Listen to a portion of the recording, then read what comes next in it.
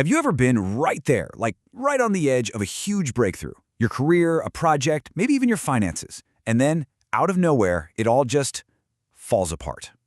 It feels like really bad luck, right? But what if it's something else? Okay, let's get into this, because it's a very real thing. This invisible ceiling that can keep you from the very success you've been working so hard to achieve. I mean, this quote just nails it, doesn't it?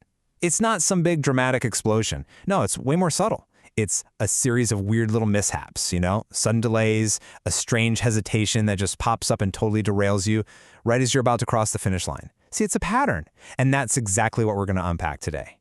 So, let's start with this pattern. The best way to describe it is like pulling the emergency brake at the absolute worst moment. And this is what's so frustrating about it all. This has nothing to do with a lack of skill or effort. You know what you're capable of, you've put in the hours, you see other people achieving the very thing you know you can do, but for some reason you just feel completely stuck. It's a really painful paradox. And you've probably tried all the usual fixes, right? You tell yourself, okay, I just need a better schedule, or I need more willpower, or maybe just one more online course will do the trick. But the thing is, this problem isn't about adding more. The wall you're hitting is internal, and believe me, it's way deeper than that. Let's be real for a second. This question gets right to the heart of it. The closer you get to that promotion, that next income level, that healthy relationship, the more real it feels, the harder some part of you slams on the brakes. The threat isn't failure. The threat, and this is the crazy part, is the success itself. Okay, so what do we call this thing? Let's give this whole frustrating experience a name. It's time to meet your invisible ceiling. Think of it like this. We all have an invisible thermostat that was set during our upbringing, and it basically dictates the upper limit of what we feel we're allowed to have or to experience. You didn't consciously pick this limit, you just absorbed it from the unspoken rules of your family, your tribe.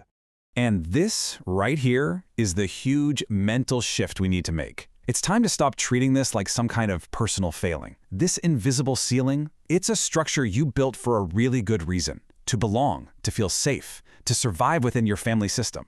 The only problem is that structure that once protected you, it's now a cage, and it's time to tear it down. So where does this thing even come from? Where does this powerful, invisible force actually originate? Let's talk about the ghost in your system. The brilliant psychologist Carl Jung had a theory for this. He basically said, we don't develop in a vacuum. We grow up in what he called a family field, which is like this emotional and psychological atmosphere that's just filled with the anxieties, the beliefs, and the limits of our ancestors. And those become our own, usually without us ever even realizing it. This chart just lays out the core conflict perfectly. It's a tug-of-war happening inside you. Consciously, on one side, you want to achieve financial prosperity.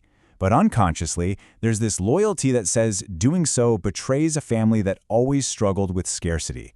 Or you want to be ambitious and successful, but deep down that feels like a betrayal of a family that saw ambition as arrogance.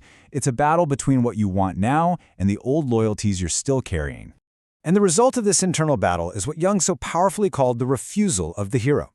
It means that right at the moment you're called to step into your own greatness, to answer the call of your own life's adventure, some deep part of you just refuses. It says, nope, it's safer to stay right here where we know the rules. And here's how that refusal shows up in real life. It's sneaky. It doesn't sound like fear. Oh no, it sounds sophisticated. It sounds like wisdom.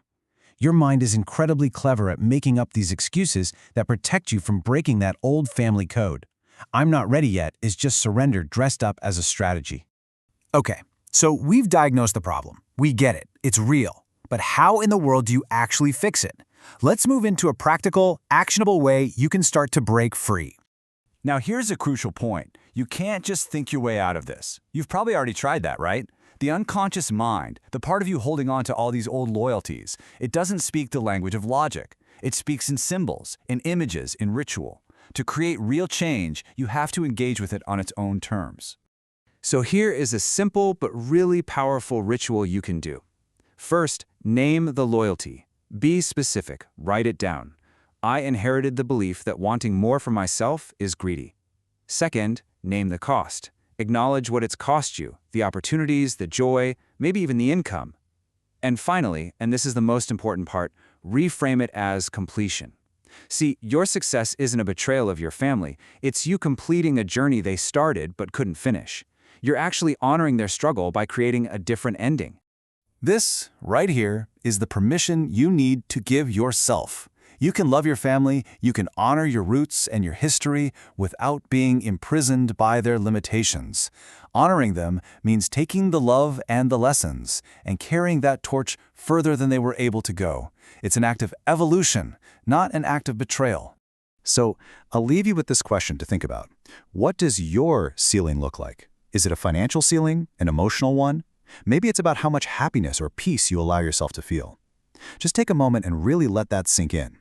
Because naming that resistance, finally seeing that invisible structure for what it is, that is the very first step to finally breaking through it.